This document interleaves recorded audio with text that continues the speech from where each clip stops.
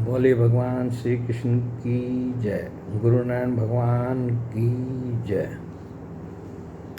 हम श्रीमद् भागवत महापुराण का 10वां स्कंद पढ़ रहे हैं और 10वां स्कंद जो है भगवान श्री कृष्ण के लीलाओं का, उनके चरित्र का पूरा वर्णन इस 10वें स्कंद में है। और बहुत से लोग तो श्रीमद् भागवत में केवल 10वें स्कंद का ही पाठ करते हैं।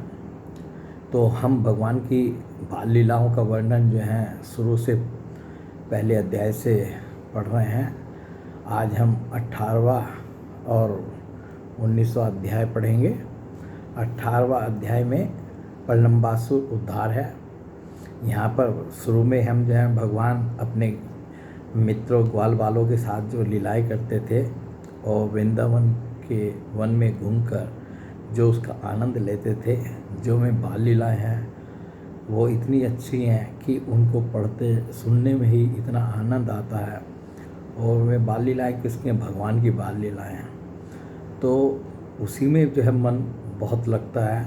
और उसके बाद भगवान जो है दुष्टों का, जो असुर थे, कंस के भेजे हुए थे, तो उन सब का जो है एक एक करके भगवान ने जो है वध किया था। इस अध्याय में जो है वे भगवान जो है प्रलंबासुर का उद्धार करेंगे। श्री सुखदेव जी कहते हैं, परीक्षित, अब आनंदित सब जन संबंधियों से घिरे हुए एवं उनके मुख से अपनी कीर्ति का गान सुनते हुए श्री कृष्ण ने गोकुल मंडित गोष्ठ में प्रवेश किया। इस प्रकार अपनी योग माया से ग्वाल का सा वेश बनाकर राम और श्याम ब्रज में क्रीड़ा कर रहे हैं। तो देखिए, ये भगवान जो है अपनी योग माया से जो है ग्वाल वाल का वेश बना करके जो है कहाँ क्रीड़ा कर रहे हैं, ब्रज में क्रीड़ा कर रहे हैं अपने भाई बलराम जी के साथ। उन दिनों ग्रीष्म ऋतु थी। यह शरीरधारियों को बहुत प्रिय नहीं है। अब जो ये वर्णन है ये ग्रीष्म ऋतु का है, जो कि ये सुखदेव जी कह रहे हैं कि ये शरीरधारियों को बहुत प्रिय नहीं है। परंतु वृंदावन के स्वाभाविक गुणों से वहाँ वसंत की सी छटा छिटक रही थी। इसका कारण था वृंदावन में परम मधुर भगवान श्याम सुंदर श्री कृष्ण और बलराम जी निवास जो करते थे। ग्रीष्म ऋतु थी, परंतु वृंदावन में कैसा मौसम हो रहा था, जैसे वसंत ऋतु में होता है। उसका क्या कारण था कि वहाँ भगवान श्री कृष्ण और बलराम जी निवास करते थे। झिंगुरों की तीखी झंकार झरनों के मधुर झरझर में छिप गई थी। उन झरनों से सदा सर्वदा बहुत ठंडी जल की फुइयाँ उड़ा करती थी, जिनसे वहाँ के वृक्षों की हरियाली देखते ही बनती थी। जिधर देखिए हरी हरी दूर से पृथ्वी हरी हरी हो रही है। नदी, सरोवर एवं झरनों की लहरों का स्पर्श करके जो वायु चलती थी, उसमें लाल, पीले, नीले, तुरंत के खिले हुए, देर के खिले हुए, कहार, उत्पल आदि अनेकों प्रकार के कमलों का पराग मिला हुआ होता था। इस शीतल, मंद और सुगंध वायु के कारण वनवासियों को गर्मी का किसी प्रकार का क्लेश नहीं सहना पड़ता था। थी ग्रीष्म ऋतु, परंतु वहाँ पर जो है उनको ब्रजवासियों को, वनवासियों को जो है किसी प्रकार का जो है क्लेश नहीं सहना पड़ता था। न दावाग्नि का ताप लगता था, न तो सूर्य का घाम ही। नदियों में अगाध जल भरा हुआ था। बड़ी बड़ी लहरें उनके तटों को चूम जाया करती थी। वे उनके पुलिनों से टकराती और उन्हें स्वच्छ बना जाती।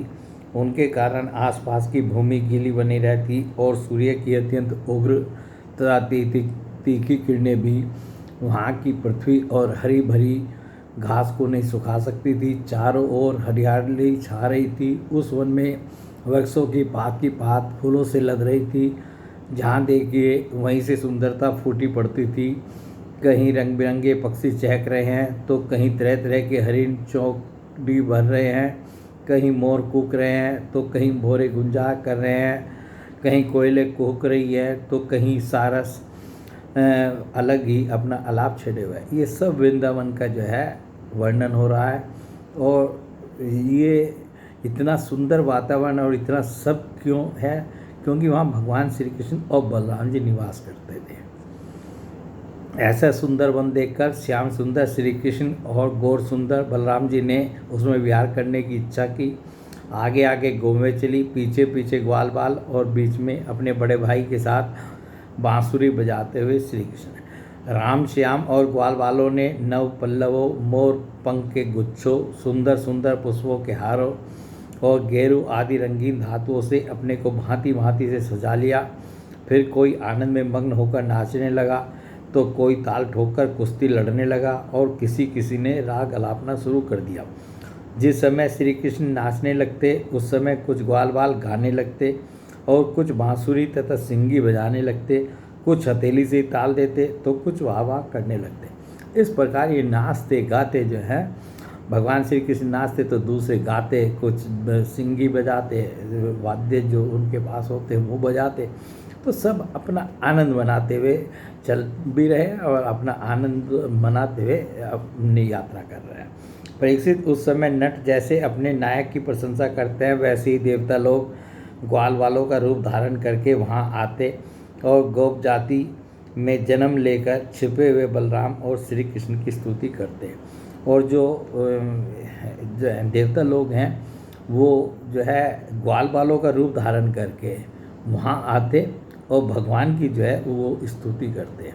वो आनंद में जो है वो भी देखते कि कितना ये ग्वाल बाल के रूप में भगवान जो हैं स्वयं भी और अपने मित्रों को आनंद दे रहे हैं, उसका वो भी आनंद लेते हैं, स्तुति करने लगते। घुंघराली अलकों वाले श्याम और बलराम कभी एक दूसरे का हाथ पकड़कर कुम्हार की चाक की तरह चक्कर काटते, घुमरी फेरता परेता खेलते, कभी एक दूसरे से अधिक फांद जाने की इच्छा से कूदते, कुंडी ढांकते, कभी कहीं होड़ लगाकर ढेले फेंकते, तो कभी ताल ठोक ठोक कर रस्साकसी करते। एक दिन एक दल दूसरे दल के विपरीत रस्सी पकड़कर खींचता और कभी कहीं एक दूसरे से कुश्ती लड़ते लड़ाते। ये इस प्रकार जितनी भी बाल खेल होते थे, बाल लीलाएं भगवान जो हैं कर रहे हैं।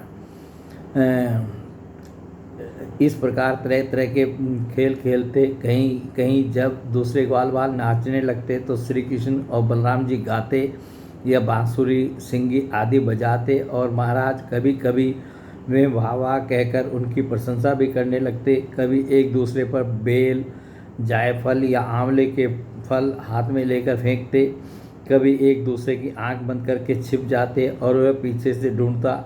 इस प्रकार आंख मिचौनी खेलते।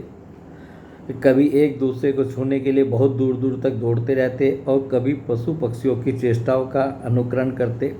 ये जितने भी बालक जो हैं खेल खेलते थे वो सब जो है भगवान श्री कृष्ण बलराम जी जो हैं अपने मित्रों ग्वाल बालों के साथ हैं सब खेल वही खेला करते थे।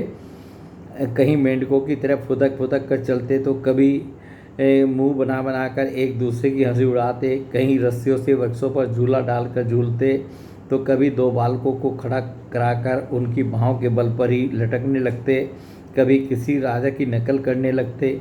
इस प्रकार राम और श्याम वृंदावन की नदी, पर्वत, घाटी, कुंज, वन और सरोवरों में वे सभी खेल खेलते जो साधारण बच्चे संसार में खेला करते हैं। तो देखिए ये जितने वर्णन है ना, ये जितनी भगवान की बाल लीलाओं का जो वर्णन है और विस्तार से वर्णन है, ये श्रीमद् भागवत में जो है सिर्फ पढ़ने और सुनने से ही मिल सकता है। ये जो है कोई भी इनको जो है इन सब बातों को बहुत से तो जो है पाठक जो हैं वो समझते हैं कि इनमें है क्या, इनसे मिलेगा क्या, ये कोई कथा नहीं है, कोई इसमें कहानी नहीं है, तो बहुत से तो जो है इन चीज़ों को बिल्कुल छोड़ देते हैं। परंतु इनके एक एक शब्द में जो है आनंद भरा हुआ है, प्रेम भरा हुआ है भगवान का। और यदि हम उन सब चीज़ों को सुने और वो कल्पना भी करें कि भगवान जो है अपने ग्वाल बाल मित्रों के साथ, बलराम जी के साथ किस प्रकार जो है वन में जाते हुए भी और वन में जो है किस प्रकार जो है आनंद मनाते थे, लीलाएं करते थे, तो उनके आनंद से ही जो है हम आनंदित होते हैं। एक दिन जब बलराम और श्री कृष्ण ग्वाल बालों के साथ उस वन में घूमे चरा रहे थे, तब ग्वाल के वेश में पल्लम नाम का एक असुर आया। उसकी इच्छा थी कि मैं श्री कृष्ण और बलराम को हर ले जाऊं। भगवान श्री कृष्ण सर्वज्ञ हैं, वे उसे देखते ही पहचान गए। फिर भी उन्होंने उसका मित्रता का प्रस्ताव स्वीकार कर लिया। वे मनी मनी सोच रहे थे कि किस युक्ति से इसका वध करना चाहिए।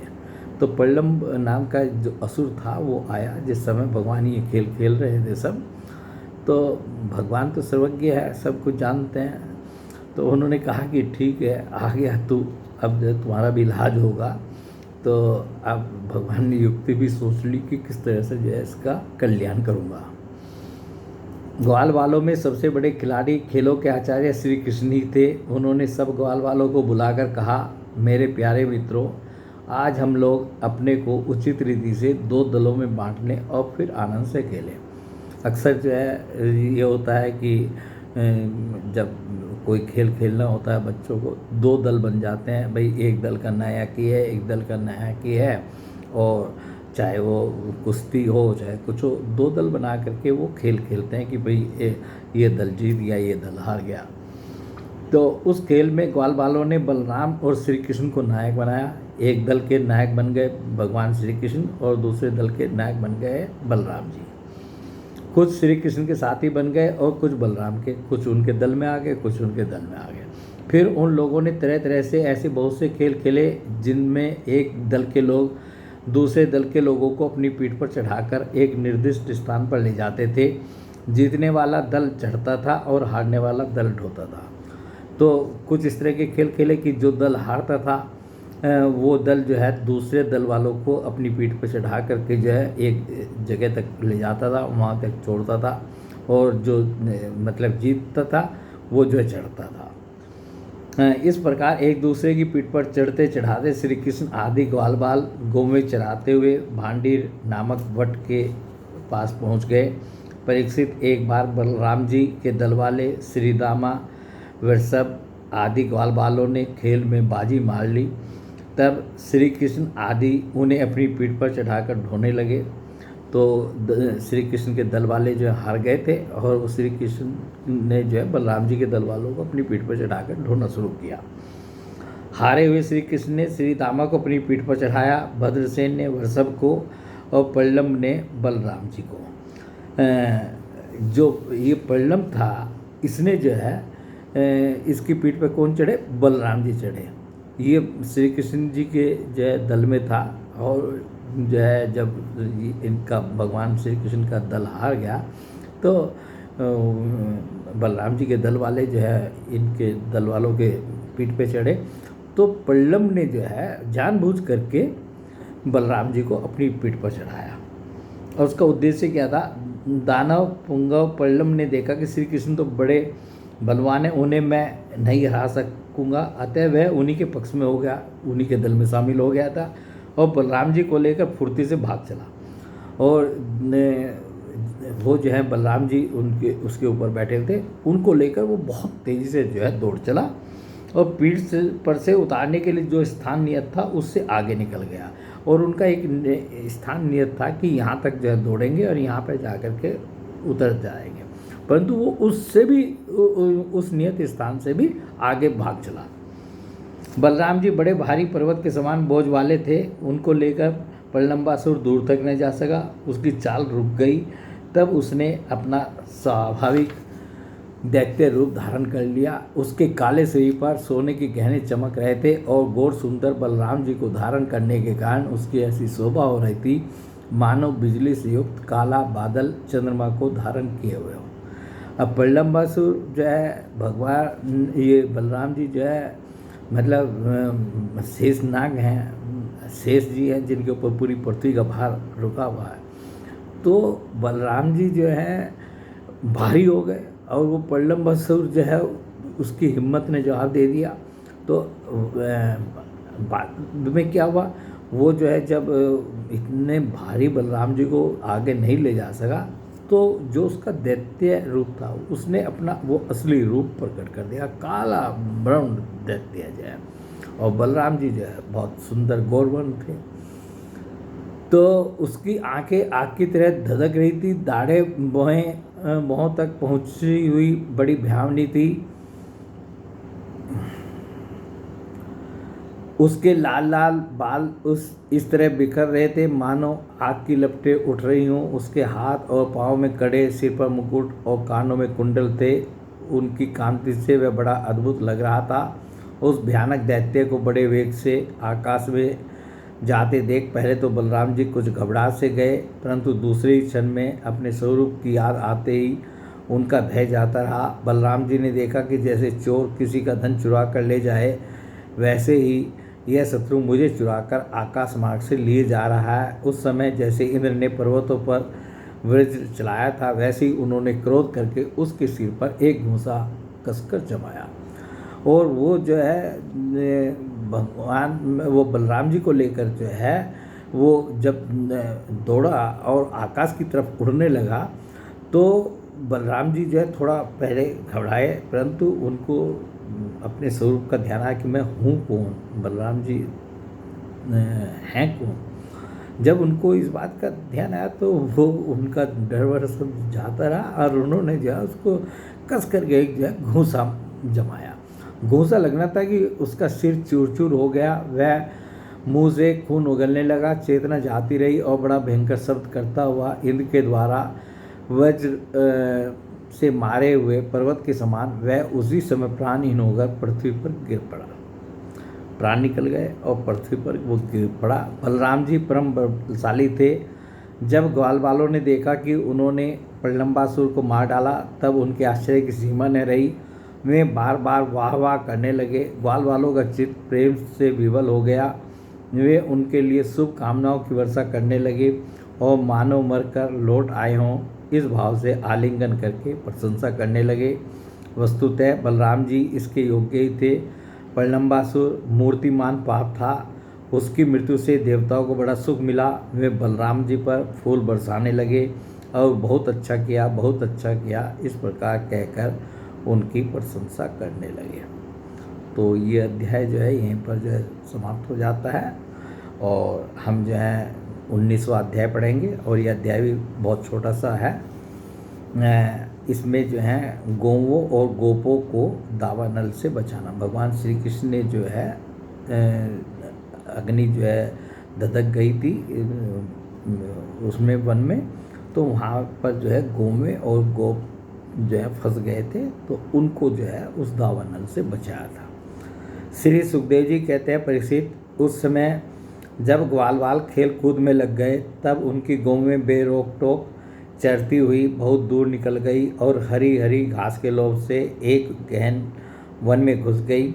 उनकी बकरियां, गायें और भैंसें एक वन से दूसरे वन में होती हुई आगे बढ़ गई और गर्मी के ताप से व्याकुल हो गई। वे बेसुध सी होकर अर्ध में टकराती हुई मुंस्टावई यानी सरकंडों के वन में घुस गई। जब श्री कृष्ण, बलराम आदि ग्वाल वालों ने देखा कि हमारे पशुओं का तो कहीं पता ठिकाना ही नहीं है, तब उन्हें अपने खेल कूद पर बड़ा पश्चाताप हुआ और वे बहुत कुछ खोजबीन करने पर भी अपनी गौओं का पता नहीं लगा सके। तो वो जो है गौवें चली गई थी, तो ये सब जो है परेशान हो गए। तो इनके पास तो अब हर समस्या का समाधान जो है भगवान श्री कृष्ण ही थे। गौवें ही तो ब्रजवासियों की जीविका का साधन थी। उनके न मिलने से वे अचेत से हो रहे थे। अब वे गौवों के खुर और दांतों से कटी हुई घास तथा पृथ्वी पर बने हुए खुरों के चिन्हों से उनका पता लगाते हुए आगे बढ़े। अंत में उन्होंने देखा कि उनकी गौवें मुस्टावी में रास्ता भूलकर टकरा रही हैं। उन्हें पाकर वे लौटाने की चेष्टा करने लगे। उस समय वे एकदम थक गए थे और उन्हें प्यास भी बड़ी जोर से लगी हुई थी। इससे वे व्याकुल हो रहे थे। उनकी यह दशा देखकर भगवान श्री कृष्ण अपनी मेघ के समान गंभीर वाणी से नाम ले लेकर गौवों को पुकारने लगे। गौवें अपने नाम की ध्वनि सुनकर बहुत हर्षित हुई। वे भी उत्तर में हुंकारने और रंभाने लगी। उन्होंने गौवों को देख लिया तो वे जो है गौवों का नाम ले ले करके पुकारने लगे कि आ जाओ बुलाने के लिए। और गौवें भी जो है उनकी आवाज़ सुन करके जो है हुंकारने और रंभाने लगी। परीक्षित, इस प्रकार भगवान उन गायों को पुकार ही रहे थे कि उस वन में सब और अकस्मात दावाग्नि लग गई। तो उस वन में जो है एकदम दावाग्नि जो है भड़क गई जो वनवासी जीवों का काली होती है, साथ ही बड़े जोर की आंधी भी चलकर उस अग्नि के बढ़ने में सहायता देने लगी। और अग्नि तो लगी थी और आंधी भी चल गई, तो वो जो है उससे वो अग्नि और फैलने लगी देने लगी। इससे सब और फैली हुई वह प्रचंड अग्नि अपनी भयंकर लपटों से समस्त चराचर जीवों को भस्मात करने लगी। जब ग्वालों और गौवों ने देखा कि दावानल चारों ओर से हमारी ओर बढ़ता आ रहा है, तब वे अत्यंत भयभीत हो गए। तो ये दावानल जो है, इसने जो है पूरे गायों को, उनके बछड़ों को और गौवों वो ग्वालों को जो है घेर लिया और मतलब उनकी तरफ ही जो है बढ़ने लगा।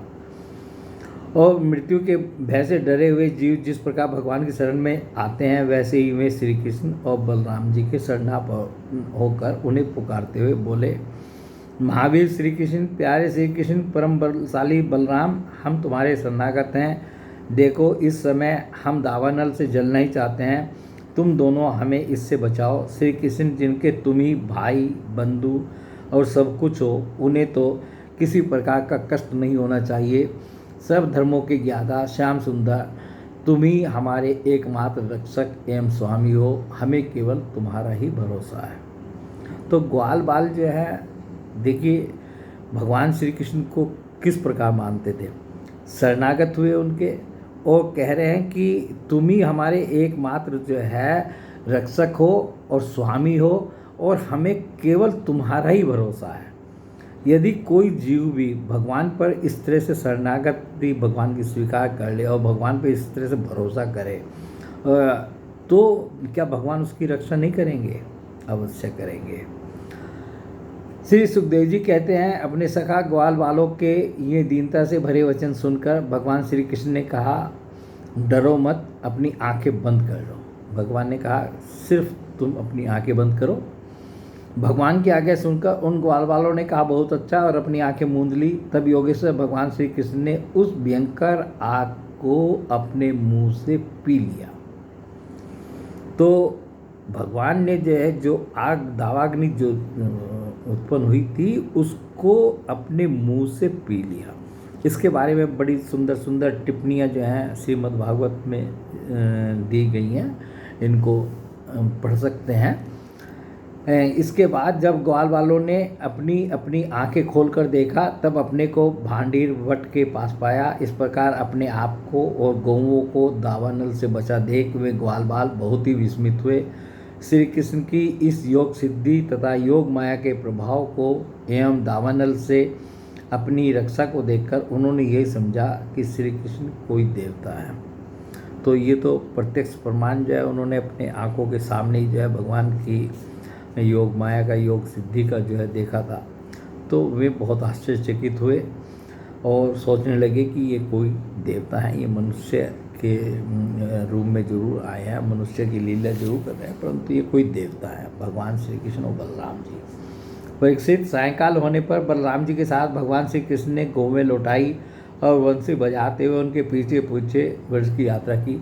और भगवान जो हैं जिस टाइम फिर वापस जाते हैं, जैसे कि कुछ हुआ ही ना हो, इतने बड़े बड़े काम करके वो जाते थे वन से, और वो फिर वो अपना बालकों के साथ जो है अपना आनंद मनाते हुए घर की यात्रा शुरू कर दी। उस समय ग्वाल बाल उनकी स्तुति करते आ रहे थे। इधर ब्रिज में गोपियों को श्री कृष्ण के बिना एक एक क्षण 100 युग के समान हो रहा था। जब भगवान श्री कृष्ण लौटे तब उनका दर्शन करके वे परमानंद में मग्न हो गई। तो ये अध्याय जो है यहीं पर समाप्त हुआ। तो आज हमने प्रलंबासुर का उद्धार पढ़ा, कैसे बलराम जी ने जो है उसको मार करके उसका उद्धार किया, और दूसरे जो है हमने ये पढ़ा कि दावाग्नि से जो है जो ये आग जली थी उससे गौवों की और गोपों की जो है भगवान ने उसको अग्नि को पीकर जो है मुँह से पीकर के कैसे रक्षा की। बोलिए भगवान श्री कृष्ण महाराज की जय, गुरु नानक भगवान की जय।